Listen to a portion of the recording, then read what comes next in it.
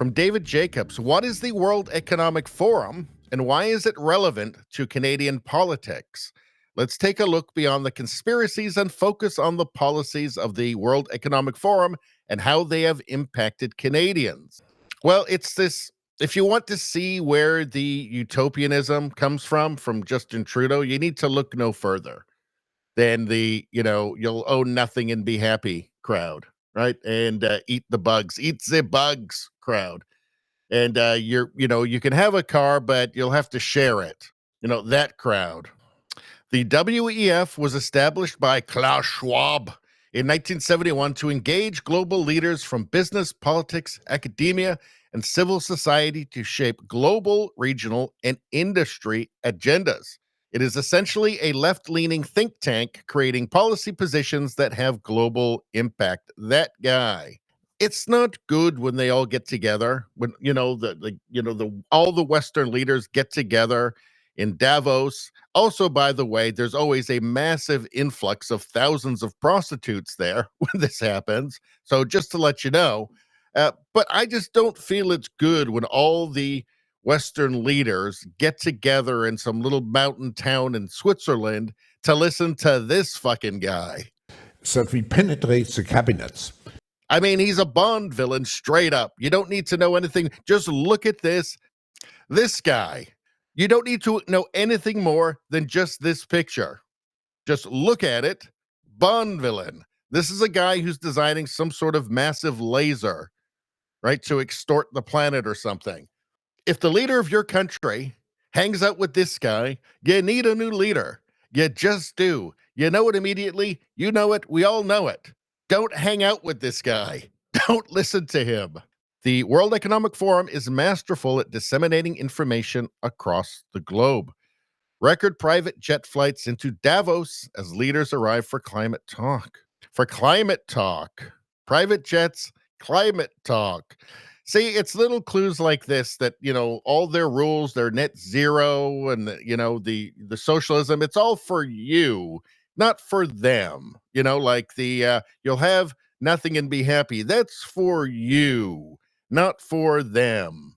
You'll own nothing. You'll have to rent everything. That's for you, not for them. Eating the bugs. That's for you, not for them. Having to share a car with 50 other people. That's for you, not for them, right? They get the private jets so they can talk about climate together with all of that 3,000 prostitutes that they imported into the town for the weekend. In January 2020, the World Economic Forum presented their net zero challenge. By November 2020, net zero had become Canadian policy. You want to see how it affects the world, how it affects Canada, how having, 50% of the Trudeau cabinet has been penetrated by the WEF. This is how it happens. This is how. And do I need to reiterate? Supervillain costume. This is the same policy that has brought punishing carbon taxes down on Canadian households and businesses and negatively impacted our oil and gas industry. Don't forget, when this guy talks about Justin Trudeau, he uses the word penetrated. I'm just laying that out there. What's going on here? Net zero challenge. Fast forward to decisive climate action. Immediately, Justin Trudeau takes it up. Trudeau unveils Canada's net zero by 2050 plans. So he saw this. Klaus Schwab says, Justin, we have a challenge. Net zero. Can you win? He jumps on it immediately. He fast forwarded that lunacy. The 2015 World Economic Forum open border policy paper became Trudeau's signature policy. His encouraging post welcoming refugees from the U.S. in 2017, virtue signaling, was emblematic of Canada's open border policy. It resulted in high unemployment, skyrocketing housing prices, and immigration fatigue. Fact check true, and fact check true. And it was, and over the last 3 years, it's been absolutely through the roof. Millions of people Canada's National Bank warns Justin Trudeau's open borders policy is creating a population trap that will tank the economy. Yes, we've made some videos about that on this channel, the population trap that Justin Trudeau was put us into.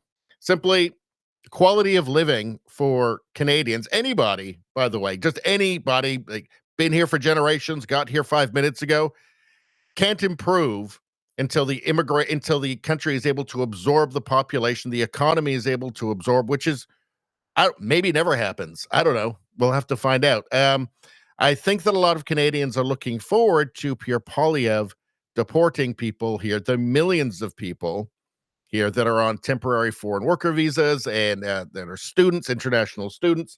There's 4.9 million people whose visas are coming up in 2025. Yeah, Trudeau's been busy. Then there was the Great Reset fiasco. Immediately after it was presented by the WEF in 2020, Trudeau was out hawking it to the world at the UN.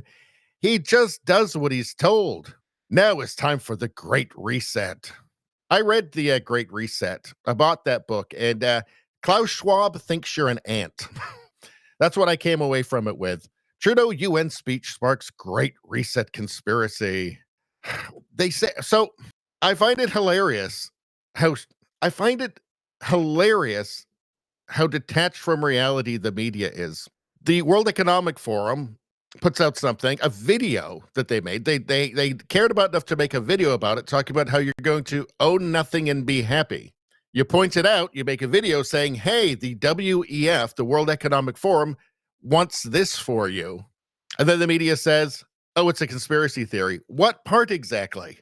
I mean, we're just showing what they're saying publicly. They have websites. They have a website dedicated to all of this. It's public. Let's see. There's been a straight line between the World Economic Forum and Canadian public policy. Carney sits on the World Economic Forum Foundation Board. I think he's actually off that now. And Freeland sits on the Board of Trustees. So here is he might, I guess maybe he's the favorite to lead the Liberal Party to replace Justin Trudeau. Zero chance of winning, by the way. Here's Chrystia Freeland, until very recently, the finance minister and the deputy prime minister.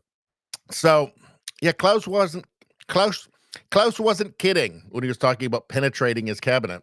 And by the way, the smart Carney, who's going to be promoted as being super smart and an economist, and he ran the Bank of Canada and the Bank of England.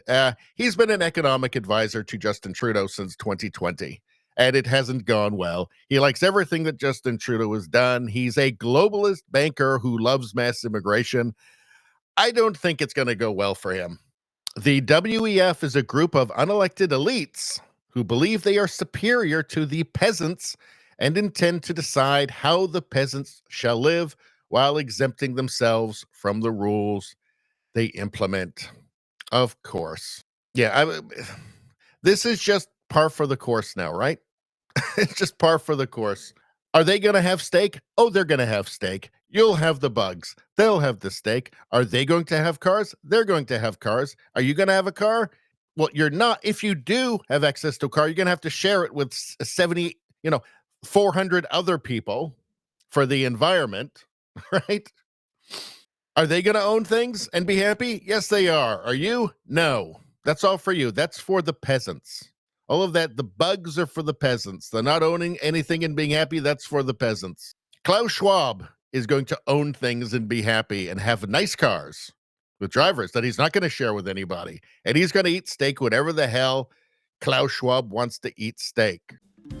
Anyway, that's all I'm going to say about that. Please like, share, and subscribe. Subscribing really helps me out. I thank you for that. I will see you next time.